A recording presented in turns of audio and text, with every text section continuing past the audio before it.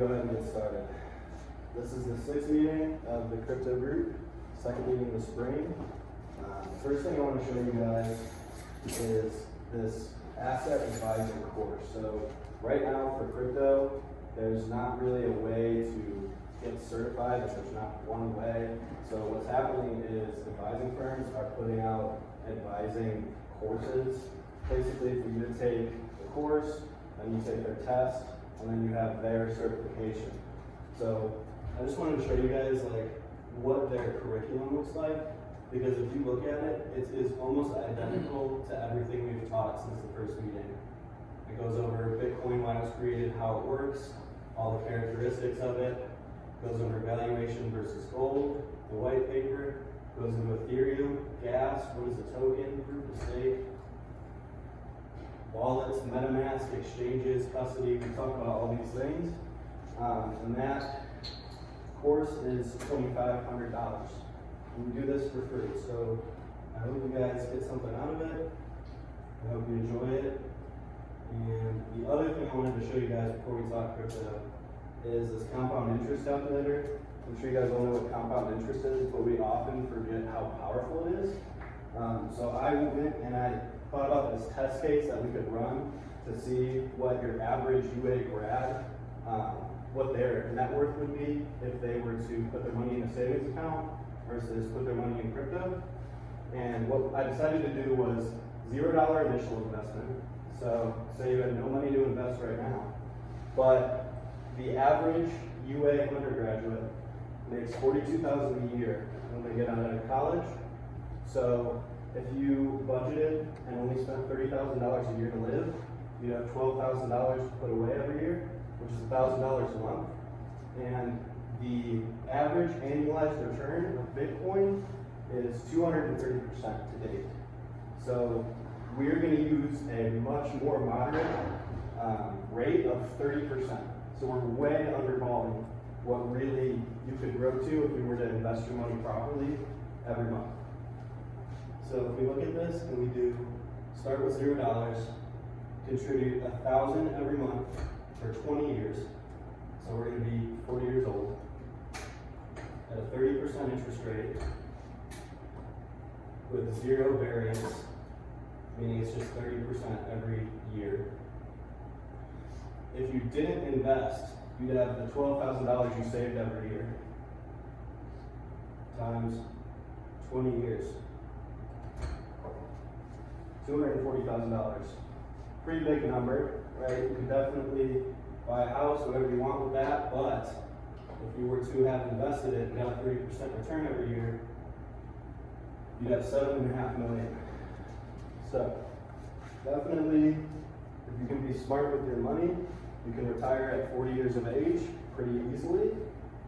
If you were to double the amount that you put in every month, this number would only double. But if you focus on that interest rate and you can maximize that, this is going to skyrocket. So definitely something to keep in mind.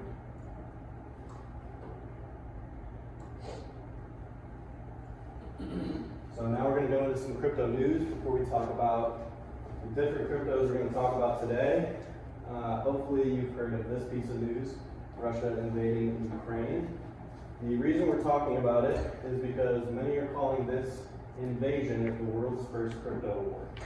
And that is because Russian citizens are turning to Bitcoin as a hedge of the rapid devaluation of the ruble. I don't know if you guys know, but the Russian currency is rapidly devaluing because people are refusing to work with them. They don't approve of what Putin is doing. And so that is just tanking. So anybody who has their money in ruble is just losing everything that they've earned. That value is quickly going to zero. But anybody who had their money in Bitcoin pre-war has the same amount of money, or the same amount of value that they did pre-war than they do now. So that's a huge case of cryptocurrency being useful in action. You know, governments can go awry, governments can make decisions based on our currencies. And with crypto, it's not government-based, it's not trust-based, it's all based on an algorithm with people around the world working to make an algorithm secure. And with the ruble's value rapidly decreasing, Bitcoin's market cap is more valuable today than the Russian money supply. Ukraine has raised more than 56 million in donations spread across assets. And as sanctions and capital constraints take effect, the volume of peer-to-peer Bitcoin exchanges in Russia has gone up 3 times. So definitely a lot more action in Russia. You can tell that the citizens are trying to get into it so that they can maintain the value that they own. And the financial impacts of war and the Canadian government's recent radical financial crackdown of truckers both display cryptocurrency's importance of avoiding macroeconomic disruptions. Does anybody know what happened in Canada? So, they like to go over the bank accounts of the protesters and people that donate to them. yeah. So people were protesting outside of Canada's capital, and the Prime Minister didn't like it, so he took the money from their bank accounts. Executive order just made it happen. Don't ask me how, but it did. And if that money was in cryptocurrency, it wouldn't have been able to be touched by governments. We got to remember that this is a global asset, so it is available to people in any country besides the 9 countries that it is banned in, including China. But yeah, people are using Bitcoin to escape these regimes. Question? I was going to add something. So also with Russia, another reason why people are buying crypto in particular is because the Russian central bank has had a lot of their foreign currency assets like frozen by the respective like governments of these other countries that they have like foreign funds in order to balance their banks. So what they've done is they've put in an executive order that has essentially forced like all Russian nationals who have funds in different currencies basically to exchange it for rubles to act as a sort of substitute for the Russian government trying to regain control of stabilizing their currency by having foreign reserves of currencies on their own shores. Okay. As compared to foreign banks. Yeah. But with crypto, they can't be like, yeah, you're forced to change that into a rapidly declining ruble. Yeah. Because it's a global currency and it's not regulated by one country or another where sanctions might be involved. Yeah. Good point. Anyone else have anything to add? Y'all can chime in at any time. Just keep that in mind. The other piece of news that we have is the coming executive order by our president. So there was a piece of information put out by the White House. I don't know if you guys have seen this article yet, but basically this is almost exactly from that article, word for word. So the intentions of this coming executive order are to protect U.S. consumers, investors, and businesses. And the order has 6 key priorities. They want consumer and investor protection, financial stability. They want to reduce illicit finance. They want U.S. to be the leader in global financial systems and economic competitiveness and financial inclusion. And then they want responsible innovation. So these are all the things that the U.S. is currently saying that it wants to help foster for the cryptocurrency system. They're going to implement regulations to make this happen. So that could be good or bad for crypto. It's just going to come down to really what that executive order is when it releases. So we have to wait and see. But it wants to protect U.S. consumers, investors, and businesses by putting those regulations in. And it wants, the thing about stability, if you remember we talked at the first meeting, cryptocurrency doesn't care about unemployment. Whereas the Fed needs to adjust inflation basically through interest rates to tackle unemployment. Crypto doesn't care about that. So crypto has no governmental motive. So I think that there are a lot of governments that are scared by that fact, right? Because it threatens instability. And then obviously they want to mitigate the crime that occurs on crypto, and we'll talk a little bit more on if that is really justified, because there are a lot of illegal activities that happen with cash, as you know. And then obviously the government wants to try and be like the leader in this technology, kind of how, you know, the whole thing with Sputnik and the NASA race to the moon, like you just want to be the best country. So that's like kind of what they're doing with that. And they want to promote equitable access to safe and affordable financial services. So they want possibly to make a U.S. central bank digital currency, which would be like crypto controlled by the government. So we'll have to see how that plays out and how they're planning to implement that to see if it's really going to be viable, if it's really something people want. But all these things are coming, so definitely be on the lookout for the executive order. So the next thing I want to talk about is this company called Chainalysis, and you might not know this, but there is a cryptocurrency criminology course here, and this company, Chainalysis, offers certifications for people to understand how criminal activity occurs on blockchains and things like that. But the same company put out this global cryptocurrency adoption index, and what they tried to do is figure out which countries are doing the best job at making cryptocurrency easy for people to use. So anything that is darker red is a country that's doing a better job at that and has more probability for being the revolutionaries in crypto and really starting to implement it into a lot of different industries that are already being targeted today. But also from that same article, it broke down how much of each region in the globe has, what percentage they have of the share of cryptocurrency that exists around the world. So this small section right here, which includes Norway, Sweden, Finland, UK, Ireland, France, Iceland, Germany, Spain, and Italy, has 25% share of global value. So a large chunk of cryptocurrency is located right here, which is kind of surprising, so I definitely wanted to include that. In comparison, North America only has 18%, still definitely a substantial amount, but it definitely puts into perspective that this is a global asset. This isn't just for US investors. And then similarly, Latin America has 9, Eastern Europe has 10, and this includes Russia. I remember somebody put in the group chat that Russia had 12% and Ukraine had 11%. That actually wasn't true. What that statistic was Russia had 12% of its population invested in cryptocurrency, and same thing for Ukraine. So that wasn't an accurate statistic, but this is around 10% of global value is concentrated in Russia, Belarus, and Ukraine. And then these countries had 14%, Eastern Asia had 14%, Middle East had 7%, and Africa only has 3%. But actually a lot of companies are targeting Africa to get crypto to grow there because there's been a lot of success with crypto in third-party countries like El Salvador, who made it Bitcoin its legal tender. That's been arguably successful there, so that's why a lot of people are targeting these areas that haven't picked it up yet.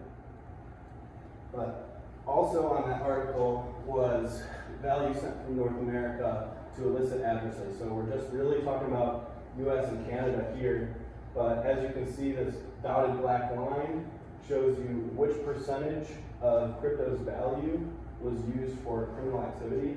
It's not a substantial amount. It's like around 5%.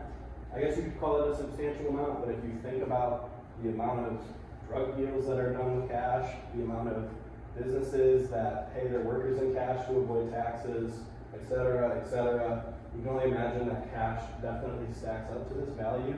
So it may not be super reasonable for governments to use this as a reason to implement harsh regulations on cryptocurrency, especially now that every person who buys cryptocurrency has to comply with Know Your Customer regulations. So you have to pretty much, in most cases, use your social security number, and the government can completely track it, completely have access to taxing you and all that stuff. So it's not as big a deal as a lot of people make it out to be.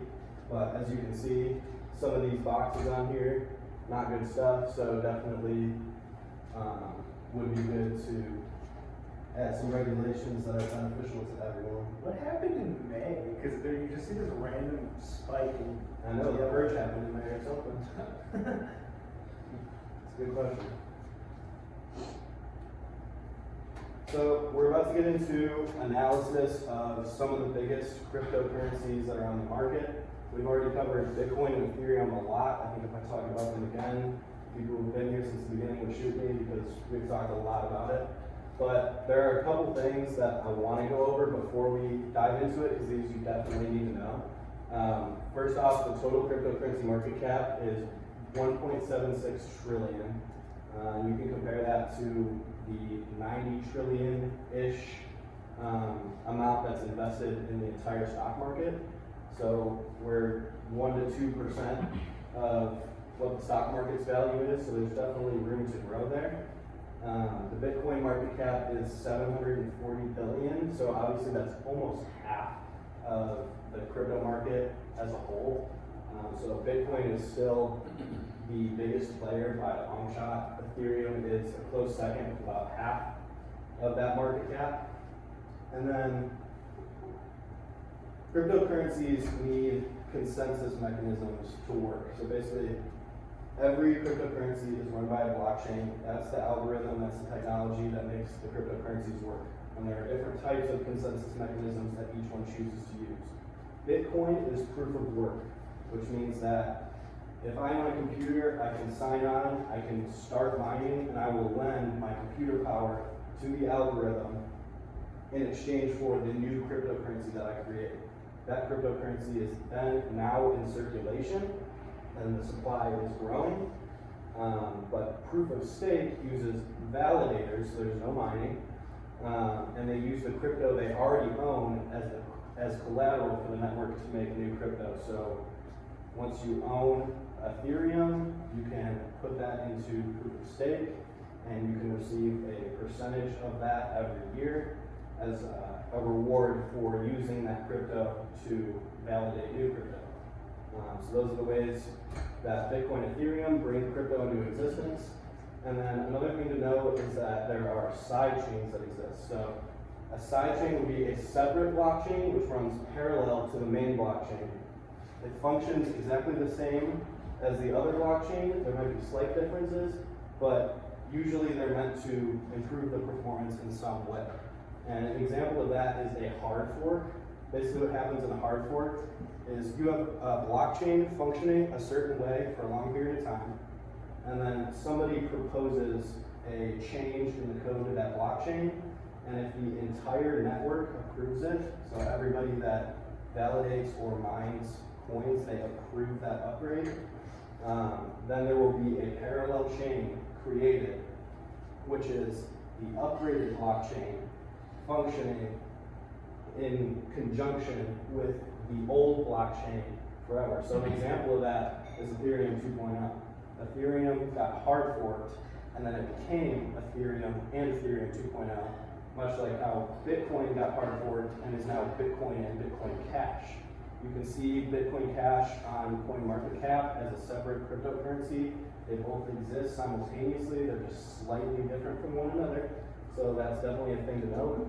You can do a soft fork where it would not create a new cryptocurrency or a new blockchain. It would simply automatically implement that improvement and continue to run as one blockchain. Crypto is usually listed as blockchain, native token. So you can see down here what that means. An example is Ethereum. Ethereum is not a cryptocurrency, it's a blockchain. Ether is the cryptocurrency that runs on the Ethereum network.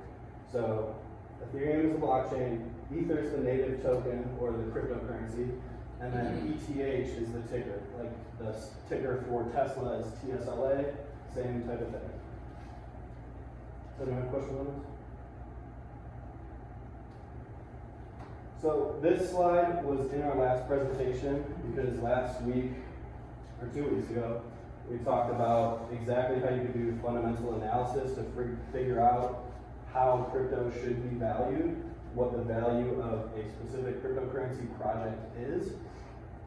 And these were the considerations I came up with after watching many different videos, reading many different articles on ways to figure out what the value of cryptocurrency is in comparison to another cryptocurrency.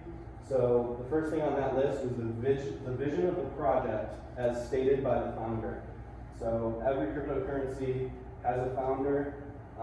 Most of the big currencies have a founder that is pretty well known. Like you probably wouldn't know his name, but he is the one guy that stands out kind of like how people always look for Elon Musk tweets when they want to know what's going on with Tesla.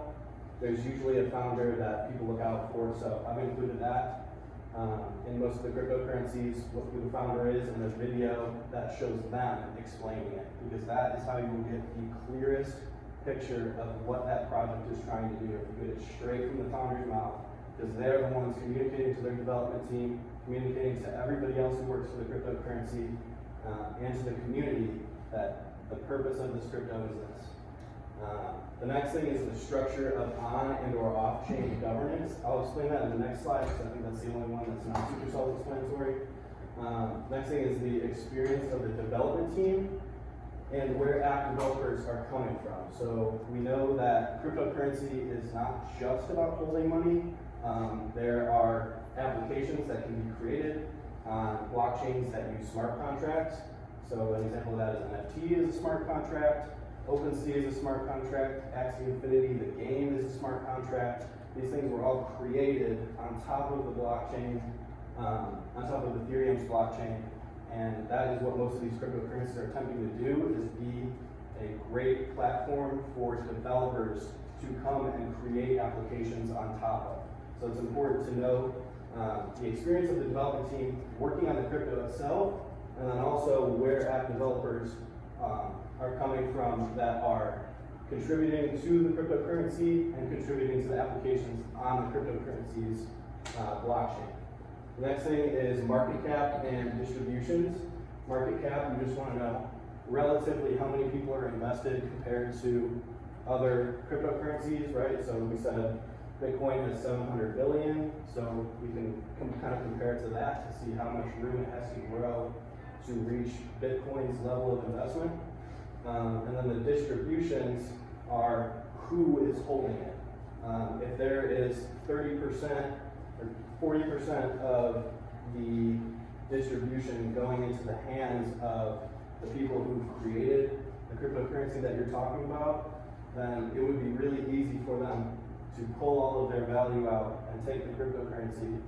They wouldn't really care at that point if they're not going to continue on with the project's vision that everyone else may lose out. So that's an important thing to look at, is that there's not a number of wallets that are holding a huge portion of the entire crypto. The next thing is monetary policy or protocol for limiting supply. So if you remember to the first meeting, really the only way that cryptocurrency gets value is it has demand, because people want to buy it because of these reasons, and because the supply is controlled in a way that is beneficial to that demand, right? Supply and demand have to balance in a beneficial way to drive growth.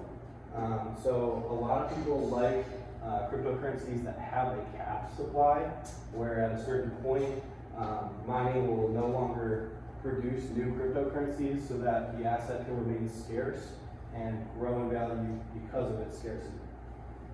The next thing is ease of creating decentralized apps and on-chain competition and collaboration. So we've kind of already talked about this.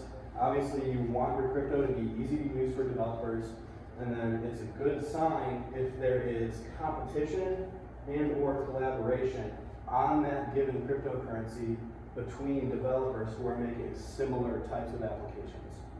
And then the last one is the response to the blockchain trilemma. So every single cryptocurrency is trying to be decentralized, secure, and large all at the same time. And usually when you try to increase one of these, you lose one of the other two. So the best cryptocurrencies are coming up with creative solutions to get around this issue right here. Any questions? So I'll clarify on-chain versus off-chain governance. When we're talking about governance, we're just talking about how much influence people have on decisions about how a given blockchain will continue to function. So on-chain means that are decisions that are made by individuals who hold the crypto.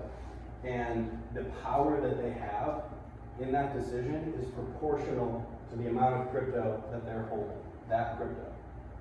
So basically, if you believe in the project and you have a large amount invested in it, you should have a bigger say, is kind of the point of on-chain governance, but there's also off-chain governance, which is decisions that are made through informal discussion, proposal processes, conferences, forums, mailing lists, anything that doesn't deal with how much money you have invested. It's just more so, usually it's knowledge-based. Whatever your background is, people will come confer to you, kind of like how business people have an advisory board where each person on the advisory board is specialized in something. So if you have a specific problem, you can go to them, get expert knowledge, and make your decisions that way. So it's important to see how blockchains are changing based on who has power in that ecosystem. So now we're going to start talking about the cryptocurrencies that we're going to talk about today. I think there's 5 of them. But for each of these cryptocurrencies, I considered this process, which I got from, I don't know if anybody's seen Coin Bureau on YouTube, who makes really good content. This is his process for doing your own research when it comes to a given crypto project. And it's pretty aligned with the list of considerations we had in the last slide. So the first thing you want to do is understand unique features of the cryptocurrency by looking at a website like Masari or Binance Research. You can go into either of these websites, type the cryptocurrency you want to learn about, hit profile, and it will give you a summary of what that crypto is intended to do and the history of the project to this point, basically showing the attempt to make it happen. So you can get a pretty good understanding of a given crypto just by going on Masari or Binance Research. And both of these firms receive a lot of money just for doing this research. So there is a lot of professionalism. There is a lot of accuracy expected of them. So this is definitely a good resource if you're going to do your own research. And you want to look for those 3 things. We already talked about them, so I won't go over it again. Number 2, you want to understand the vision of the founder by finding an interview or speech by them on YouTube. For every crypto, I have a link to an interview or speech where they explain it in entirety. I recommend if you're going to invest in any of these that you watch the entire video because you really want to know what the founder's intentions are and exactly what their vision is for the project, for sure. Then you want to look up any terms used by the crypto that you don't understand. These websites all have a lot of jargon. You're going to run into things that don't make any sense. And if I'm explaining them and you don't know what I'm talking about, please raise your hand and tell me to clarify something because they usually are filled with lots of jargon. The next thing you want to do is check the project's website or their roadmap to see if the project is evolving as intended.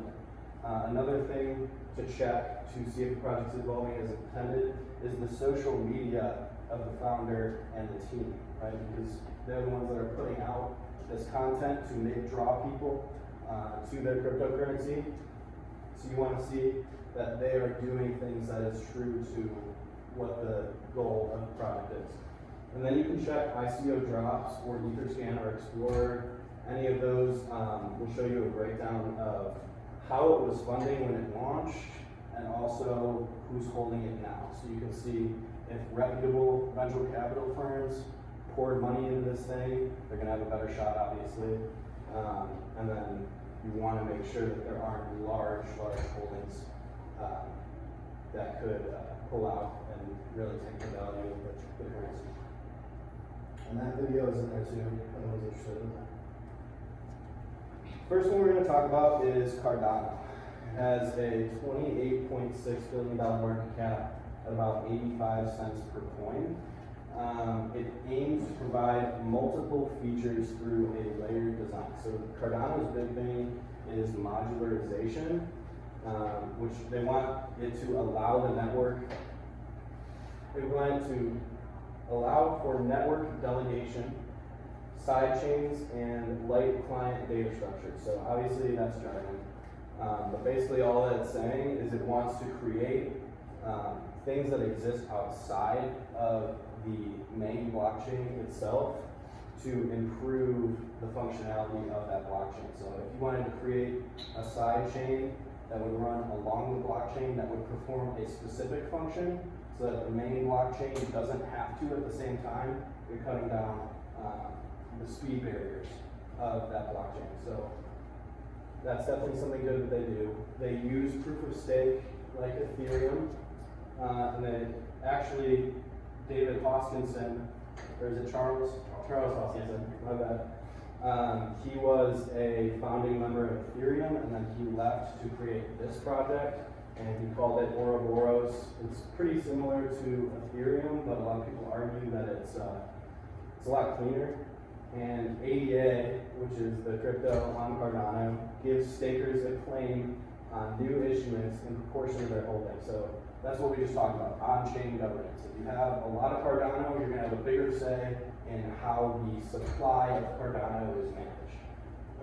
And Charles Hoskinson posts a lot of updates. I actually just watched one today that he posted 2 days ago of him just like sitting in his room talking about Cardano for an hour. So obviously he's very active with the community, trying to get the message across of what they're really trying to do. One thing that he focused on in that video was making sort of a bill of rights that outlined the ethical purpose of Cardano. And his visions are pretty far out. Like, probably this isn't something that will be implemented for 10 plus years, but he's looking towards machine learning that would understand ethics enough for the protocol to function ethically. Obviously that raises a lot of concerns, right? Because this is supposed to be a trustless system.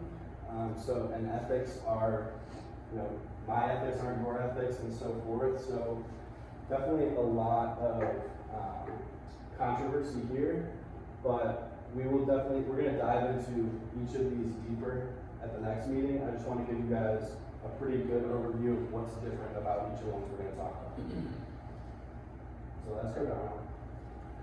You guys have probably heard about this one too, Solana. And it is a $28.01 billion market cap, around $87.31 a coin. And you guys probably know this, but you don't have to buy a whole number of coins. If you wanted half of a Solana, you could pay $40 and get half of a Solana. That's just something to keep in mind. Solana also uses proof of stake, but it implements something kind of interesting, which is proof of history on top of it. And that's basically a timestamp system. So with Ethereum proof of stake, validators not only have to validate new transactions, but they sort of have to prove that they did it at a certain time on top of that. So really what this is like an internal clock that is happening automatically. So validators don't have to prove a time. And just because of that, just because there's an internal clock, proof of stake is incredibly faster than Ethereum. It's even 30 times faster than Visa. So obviously, cryptocurrencies are already getting much faster than a lot of the traditional payment rails we use today. I think that's an impressive stat, and I think it shows that definitely crypto is the way to go for a lot of different industries. And I think it's going to be increasingly true, and it's the main reason I don't see crypto going away. The supply for Solana, there's currently 305 million coins in circulation, and that supply is capped at 510 million. So like I was saying earlier, once they reach 510 million coins in circulation, there's no more that are being created. So then at that point, if you get your hands on one of 510 million Solana, you own 510 millionth of what that share is going to be for eternity. And the additional goals of Solana, a couple more pieces of jargon. Sub-second settlements, all that means is transaction speeds that occur in less than a second. So, they've proved that. Low transaction costs because of that speed, and then support for all LLVM compatible smart contract languages. So these are all coding languages. A lot of the cryptocurrencies are trying to fight over who has the most languages available for developers to code on, because obviously if you have a ton of languages that developers can come in and easily code a program in, then programmers are going to be drawn to those things because then they don't have to learn an entire new language. It's relatively simple for them to happen. And then we got the interview again. I'm going to post this meeting later today or tomorrow, and in those videos on YouTube there will be cards that come up for each of these slides that say recommended video. So if you skip to the section of the recording that this slide is on, you'll see recommended video, and it'll be that link, and you can go right to it. So they'll all be in there. Next one we'll talk about is Polkadot. It is a $16.63 billion market cap, around $16.84 per coin. It is a blockchain network designed to support various interconnected application-specific subchains called parachains. So this is basically doing similar to what kind of Cardano was trying to do, but they're taking it a step further, where each application that a blockchain is being used for is its own chain. Right, so there's a ton of chains interconnected by this main framework. So the substrate modular framework allows developers to select specific components that suit their application-specific chain best. So really just giving developers options that are more specific to them is definitely beneficial for the developers. And Polkadot refers to the entire ecosystem of parachains that plug into a single base platform known as the relay chain. So relay chain, we talked about layer 1 and layer 2 solutions, where layer 1 is a cryptocurrency that has its own blockchain. Layer 2 is a cryptocurrency that is built on top of another cryptocurrency's blockchain. This one, for the first time, is considered layer 0, where there is a main chain with layer 1s running on top of it, right? So that's why people are calling that layer 0, the relay chain. It doesn't support any functionality. It is just meant to provide security to all the parachains on the network. So that's really what Polkadot is known for. There are around 1 billion DOT in circulation with no supply cap, which is concerning to some people. And I do want to look further into what the benefit of having an inflationary supply cap would be, because you'd think that it would hurt the value of the currency in the long run to not be scarce. But we'll talk more about that next week. The next one is XRP. This one is a controversial one because Chris Larson was involved in a case with the SEC where they kind of cracked down on him, and I'm going to look into more exactly what they ruled on that case, but obviously XRP is still running, and he does defend himself in this interview. I'm going to go over that completely and figure out if it's really a concern to investors for the next meeting, because I do want to look more into that. But XRP is a cryptocurrency to increase speed and reduce costs of transferring money between financial institutions. So really, this isn't a cryptocurrency that's trying to rival Bitcoin, Ethereum, Cardano, and all those. It's more so a cryptocurrency that's used for transferring other cryptocurrencies between financial institutions. So that's why it's called a bridge currency. And like most of the cryptocurrencies we're talking about today, it has what's called an on-demand liquidity solution. So when you buy stocks on an exchange, you're going into an order book, which basically means that you have to wait until someone is selling an asset to put in a buy order, right? So it's basically just a matchmaking service for buyers and sellers. You can think of it that way. Whereas liquidity pools allows people to put their crypto into a pool in exchange for a percentage back every year that the crypto can then use to immediately have those cryptos available for the next buyer. That's why it's called liquidity.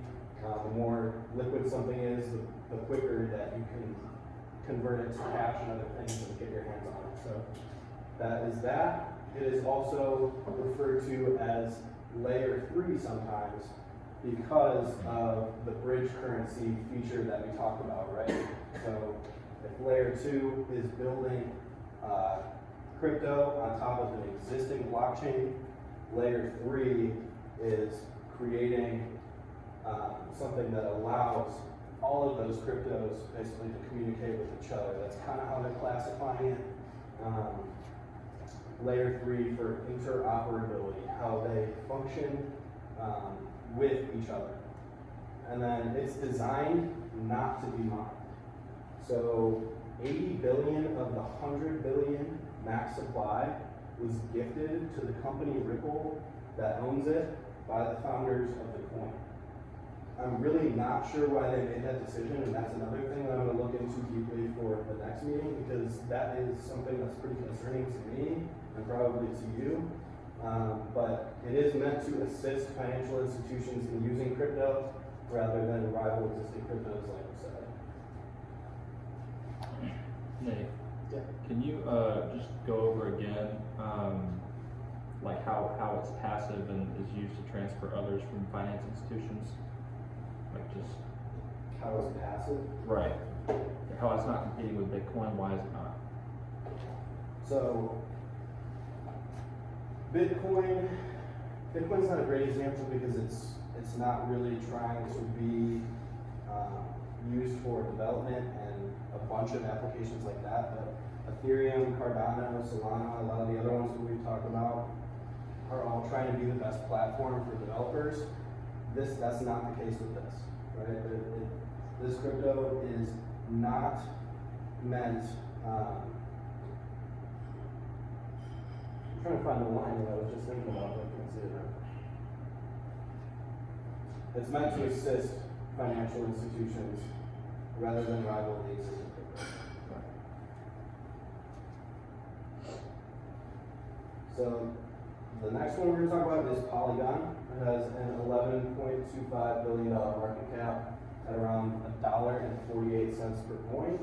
This platform was designed to support infrastructure development and help Ethereum scale. So this is a layer 2. It is a cryptocurrency that exists on Ethereum's blockchain, and its purpose is simply to help Ethereum. Right? So, like we saw in the blockchain trilemma,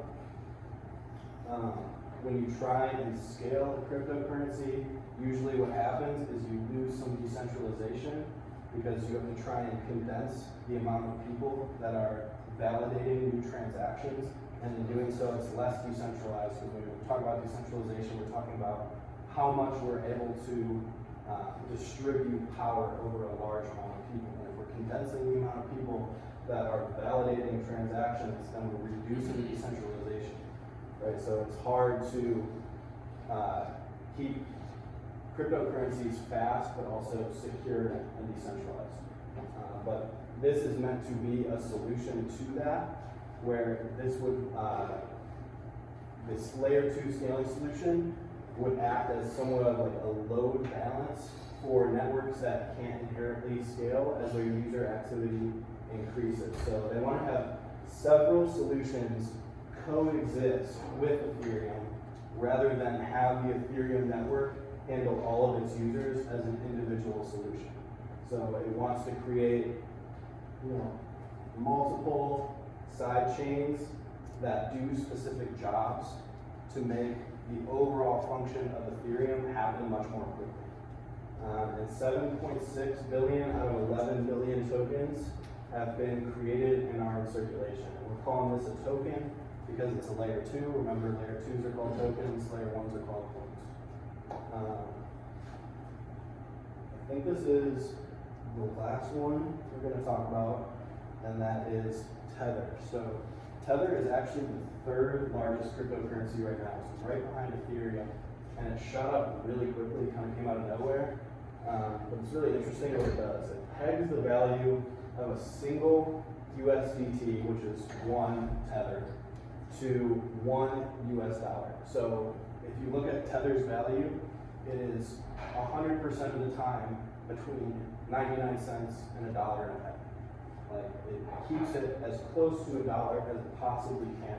And you might be wondering, like, what's the point of that? Isn't the point of a cryptocurrency to put your money into it that grows? Yeah, that's true, but there are a lot of situations actually where the holder of a currency wants a digital blockchain form of the US dollar that does not fluctuate in value like other cryptocurrencies.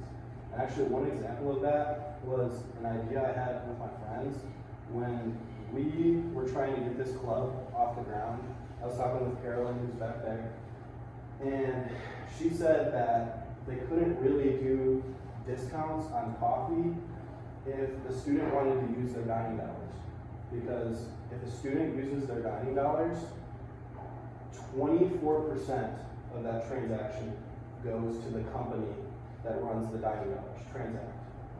24% is a massive number. Like a quarter of your revenue wiped away by the company just to process transactions.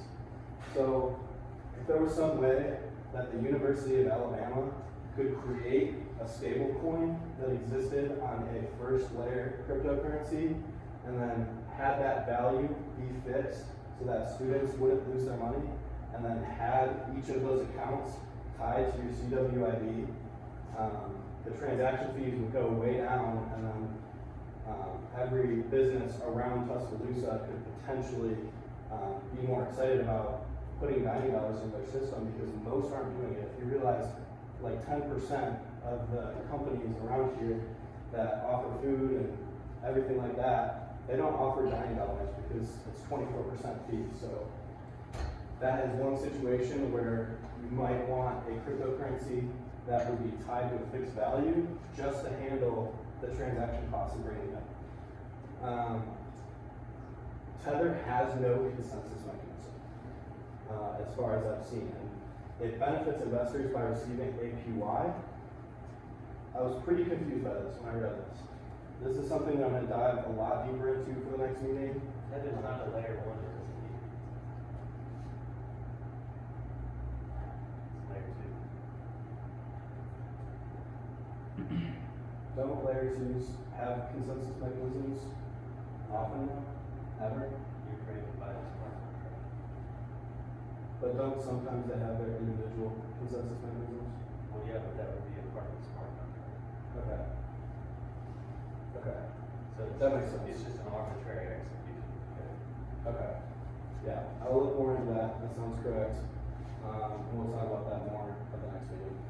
But crypto can also be pinned to other tangible assets like foreign fiat, so the forex market, gold, silver, even real estate, and oil. So cryptocurrency is penetrating a lot of different industries, but it's also going after assets that already exist, and there could be benefits of that. So that is definitely another big use case to keep in mind. Next thing I'll talk about is wrapped cryptocurrencies, which you might have seen some of. Wrapping a cryptocurrency is the process of converting that cryptocurrency into a more versatile version of that cryptocurrency on a different blockchain. So Bitcoin is becoming increasingly obsolete, like we've been talking about. There's not really smart contracts. There is the Lightning Network, but that's arguable.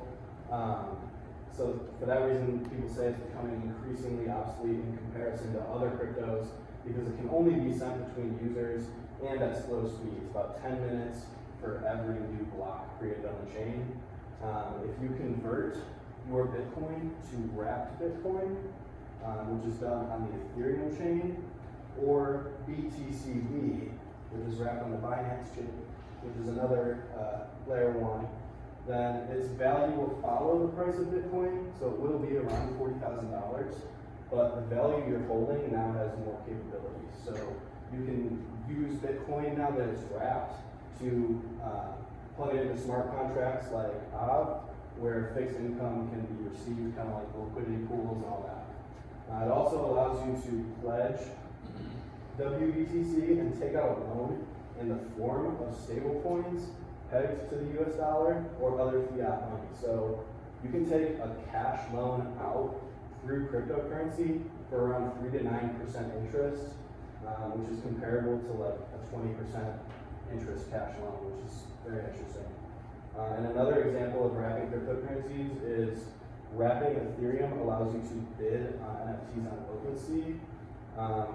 As far as I know, almost all bidding must be done through wrapped Ethereum, whereas if you were to just flat out buy an NFT at purchase price, you could use Ethereum. So there are cases where if you wanted to buy something that exists on the crypto network, you have to wrap it, which can be annoying because then you have to pay the gas fee to do that, but that's something to keep in mind.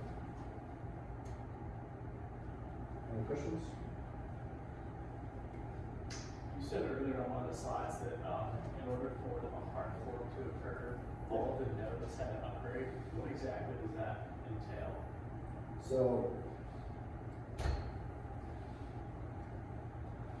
So really, any major upgrade that's going to occur on a blockchain has to be approved by the people who are creating new crypto. So if you're in a proof of work system, that would be miners. If you're in a proof of stake system, that would be validators. But for a hard fork, it would basically be everyone would have to go in and agree to the change that is being proposed unanimously for that hard fork to occur.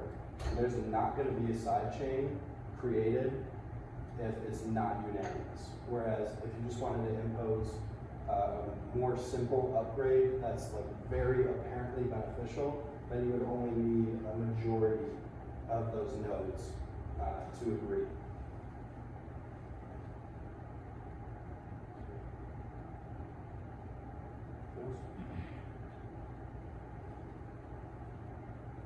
All right, so that's it. The only other thing I have is proof that I did research.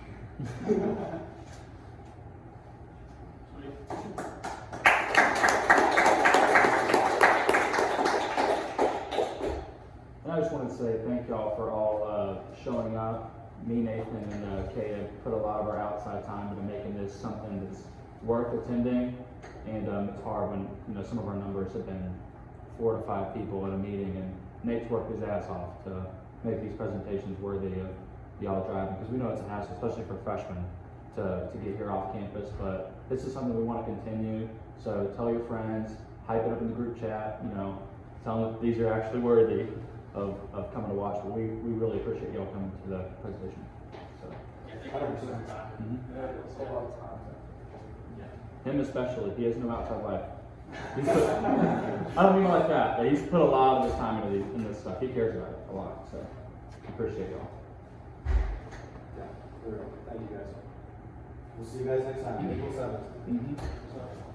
And if there's ever any situation that you can't be here because you don't have a ride or something, we'll come get you. Promise. Just send something in the group chat. That should not be a reason that y'all can't make it. So appreciate y'all. Thanks.